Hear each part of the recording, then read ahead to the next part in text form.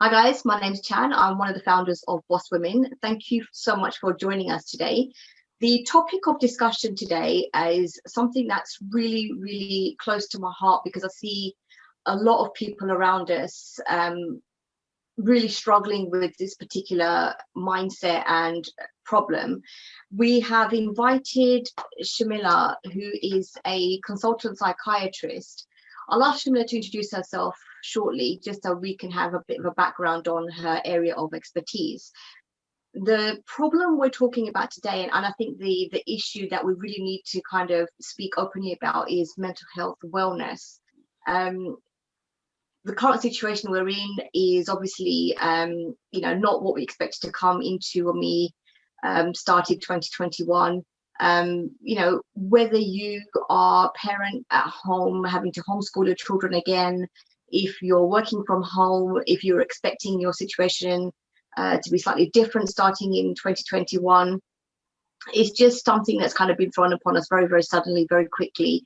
And despite everything that's going on, there is so much positivity that we can share with, people around us, women, parents, things like that, just to kind of help us through this next phase of lockdown, I guess. Nobody expected it to be a lockdown 3.0, but here we are.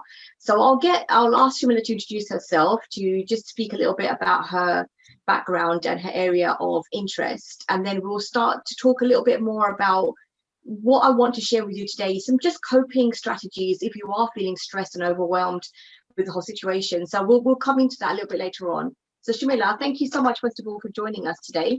Can you just share a little bit about who you are and what you do, please? Thank you, Chan. Thanks for having me today. It's my pleasure to be on this series of Boss Women. I am a consultant psychiatrist. I have worked in the NHS for the last 15 years.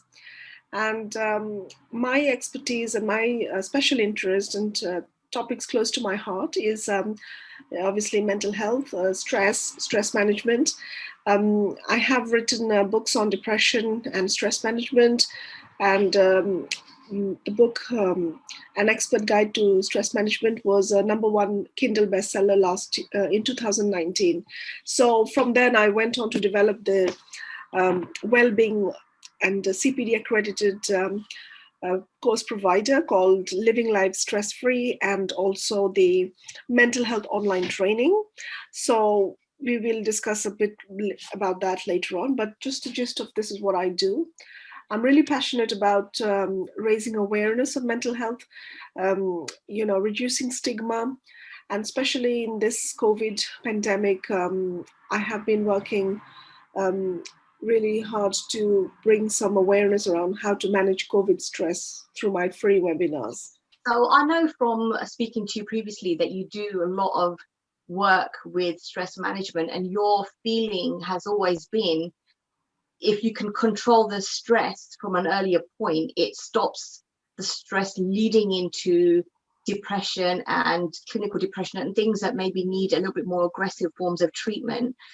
So where in your line of work where you're dealing with stressed individuals, how do you see things have changed in 2020, and especially within the last week or so? I'd say, how do you feel things are kind of moving in the area of stress, and what's the main issue people come to see you with? So since the start of the pandemic, I think there has been a global increase in mental health issues, particularly stress-related mental health problems, anxiety, depression, and people who have underlying mental health illness, such as obsessive compulsive disorder, depression, or anxiety. There has been a relapse in a lot of cases. The problem is, with the pandemic, there has been a shutdown of all the normal services, the regular, except the emergency services. There has been the routine appointments, the routine outpatient clinics have all been suspended. So for the public to cope with that, #1 is the mental health issues, and #2, accessing help. That has been incredibly difficult. Now, there are some telepsychiatry, teletherapy, telemedicine, but people are not aware of this. They don't know where to go for help. And I know that within the NHS, they have been really, really proactive in terms of contacting the patients and letting them know that they can access help via online. But I still feel it is too late. And throughout the World Health Organization has highlighted that mental health services have had a knock-on effect.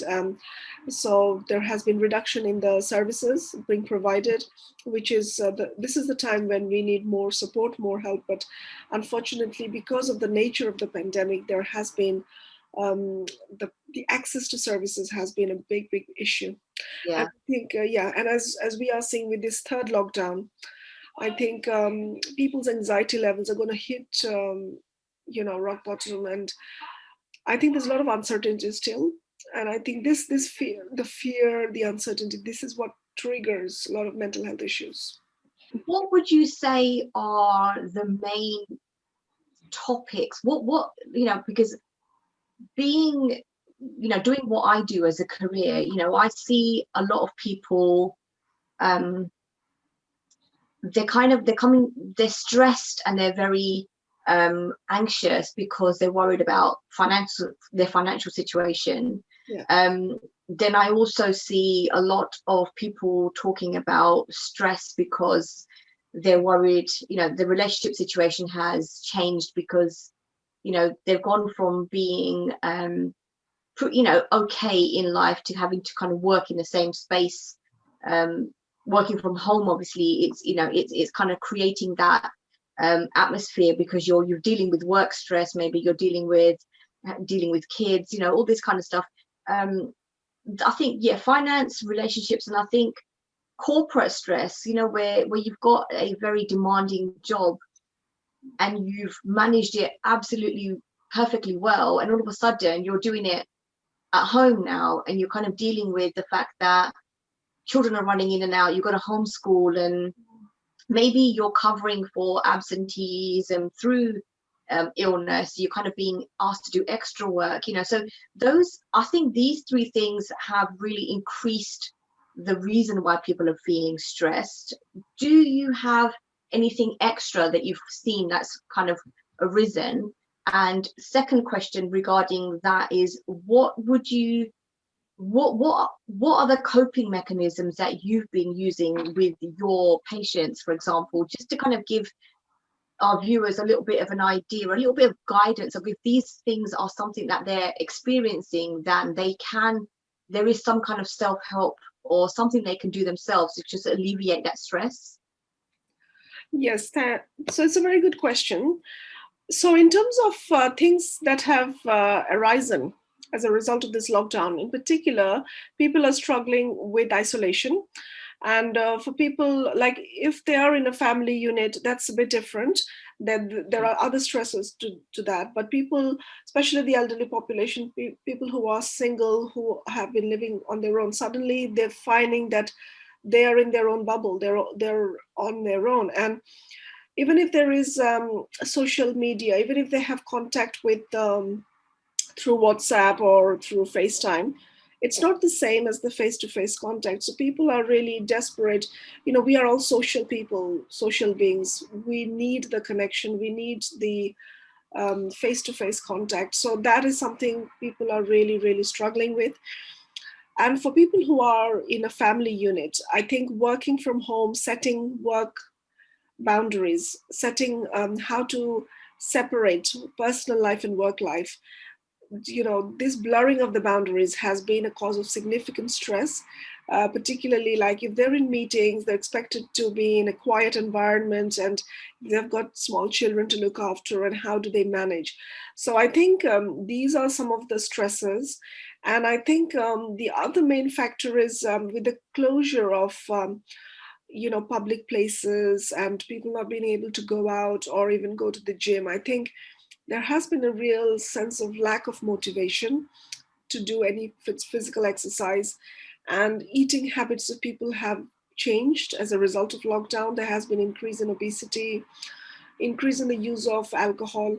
So those are some of the new things that we are seeing a bit of an increase in. And in terms of the next question is how do we cope with this situation? And So my top tips is think about having a daily routine, and particularly now that we have hit the third lockdown, it's very important that we all have a daily routine. So incorporate exercise, cooking, cleaning, reading, being in touch with friends in this daily routine. And also, my advice is to be in connection with your loved ones. It could be through social media, it could be through telephone calls, but it's very important to be in touch. It's very important to share your feelings, to express how much they mean to you and how much you love them, and talk about your worries. So if there's something, anything that's bothering you, and because what happens is with the worry and the fear, it does have a knock-on effect on the sleep. And if people are not sleeping well, then it does affect the mental health. So it's important that if anything, any budding worries needs to be addressed. Now, you can still contact your GP through telephone contact, so it is still possible. So, and people who are in touch, who have mental health issues, who have a team, who have a care coordinator, I would say be in touch with your local team, express, and if you have any concerns, talk to people and help and support. If you are a carer, if you are somebody who does not have mental health issues but is a carer for someone who has, support each other, be part of a group, carers group. There's a lot of out there online groups. So try to be in a group, try to be in a kind of a formal sort of where you have a sense of belonging, and people similar to you can share with each other your concerns, your worries. And the other tips is look after your physical well-being. That's very, very important, because physical health and mental health are very closely related. Don't ignore your exercise. Don't give up on it. Even if it's a walk in the garden, or even if it's like yoga session in your bedroom, in your living room, you don't need a lot of space for. I think, Chan, you are the best advocate of exercise, and I'll leave that with you to No, give me some it motivating talk. it really hits home what you're saying, because Mm, you've known me for a while, and you know that exercise is a really big part of my life. And when the first lockdown happened, although I have a lot of equipment at home, and I'm I should be blessed that I've got these things at home. But to me, it really wasn't. It was almost like a cop out workout. It wasn't.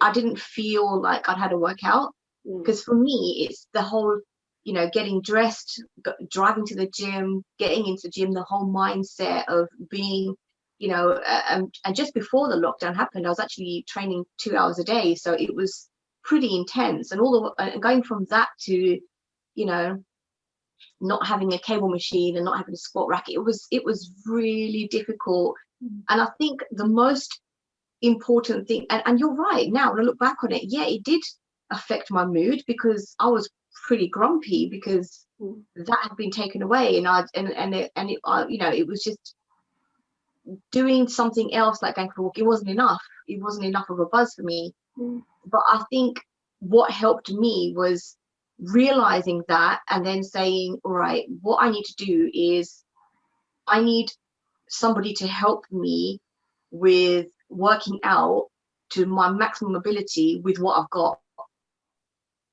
because I didn't know how to do that, because with 20 kilo weights, what can you do with that? For me, it was just rubbish. But having an expert tell me what I needed to do to make me feel, an expert who, because a lot of people now are changing the way that they provide their services, and everybody's doing things online. So for me to reach out and find a personal trainer that did online training was fantastic, Mhm. and that's really, really helped me with, keeping my mind focused on the fact that I can exercise at home, and it's good enough, it's fine. Yeah. One thing I wanted to ask as well, and I think it's really important. I think people are encouraged more and more these days to talk about their feelings and talk about when they're struggling, and reach out for help. Um, and a lot of help is available now online, where it wasn't before. And I think the way tech has kind of grown in the last year is just amazing. Like, even dentists now are using apps to treat patients and things like that. It's phenomenal. I think it's amazing, because technology really, really interests me. Mhm.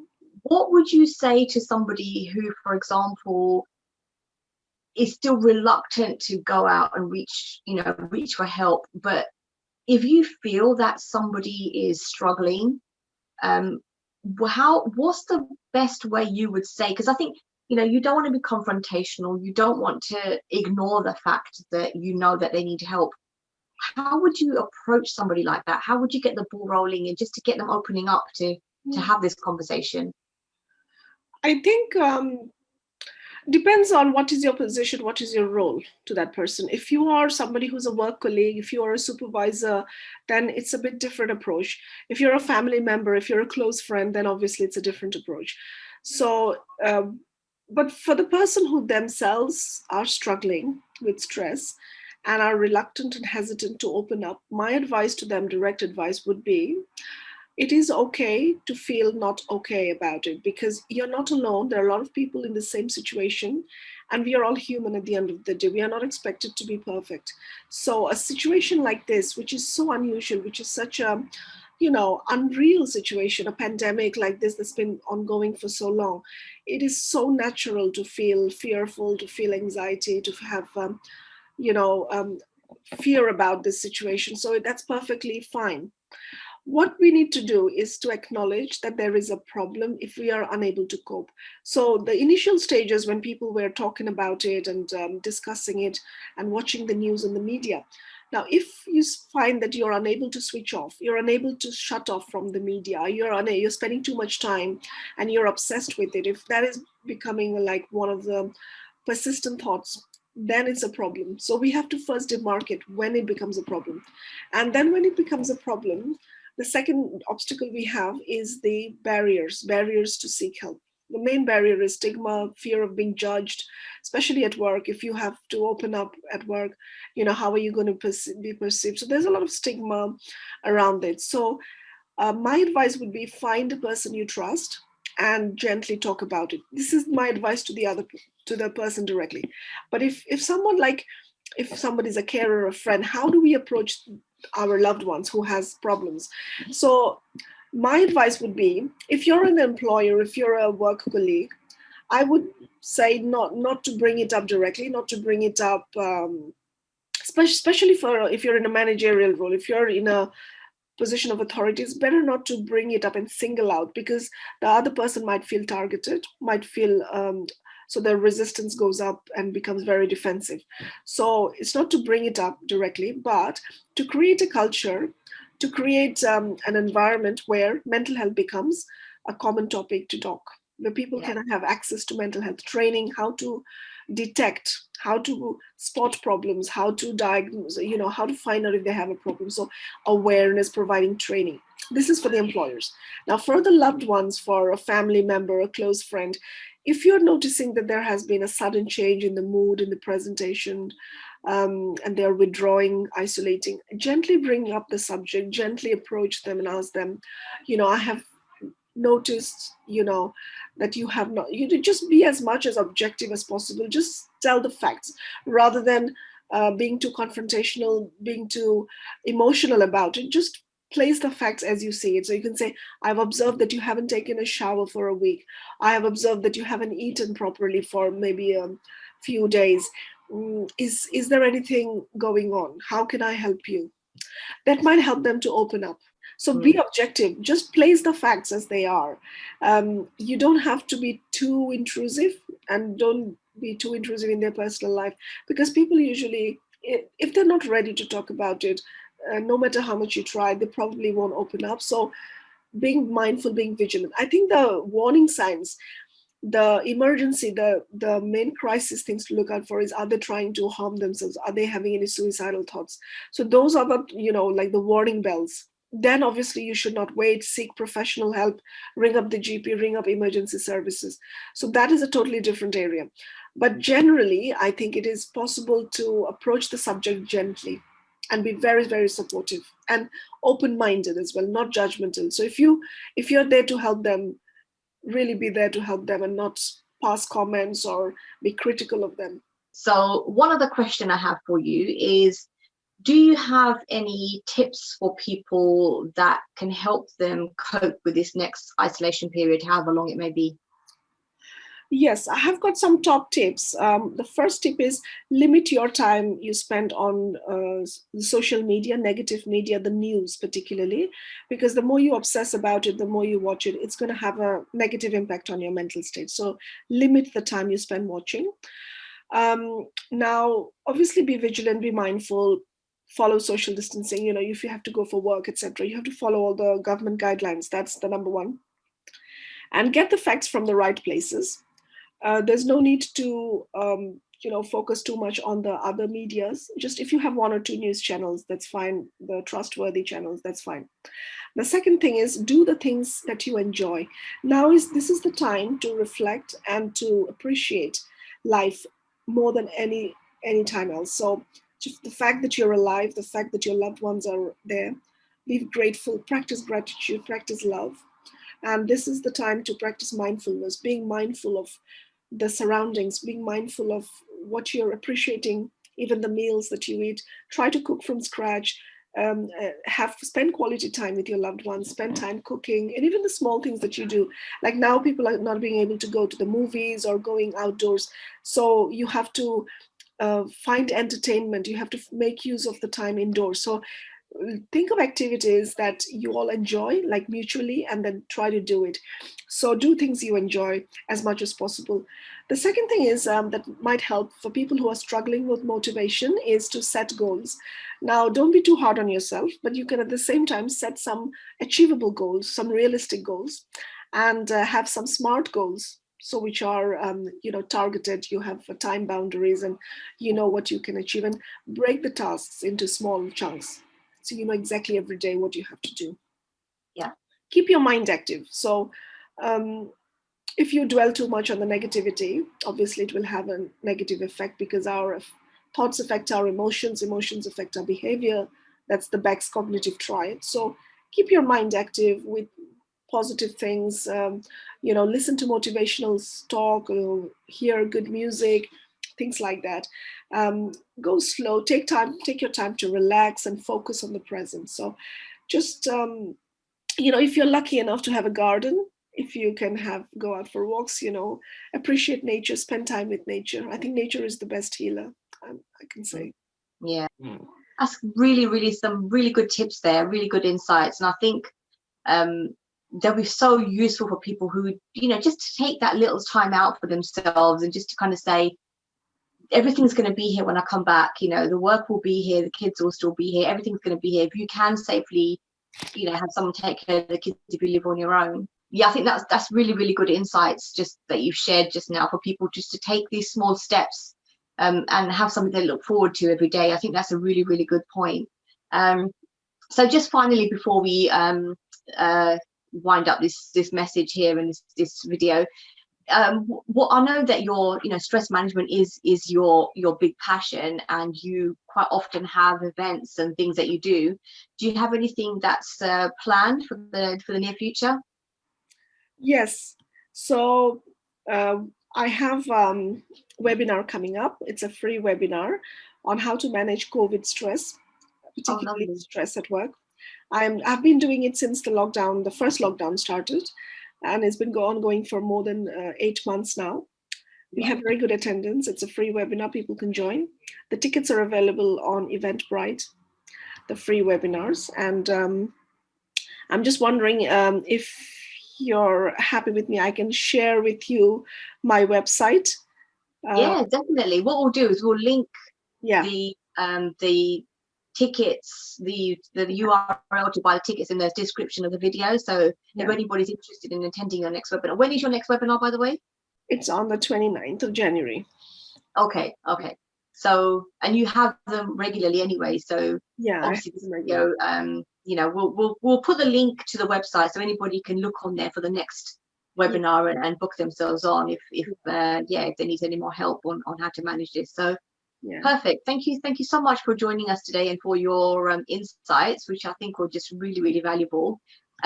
Maybe we can touch base again, in a few weeks, and just to see whether if there is anything specific that our viewers are looking for you to answer. Mhm. We would encourage them to leave a comment under the video so we can then feed back to you maybe, and then even do a follow-up video if there's any specific questions.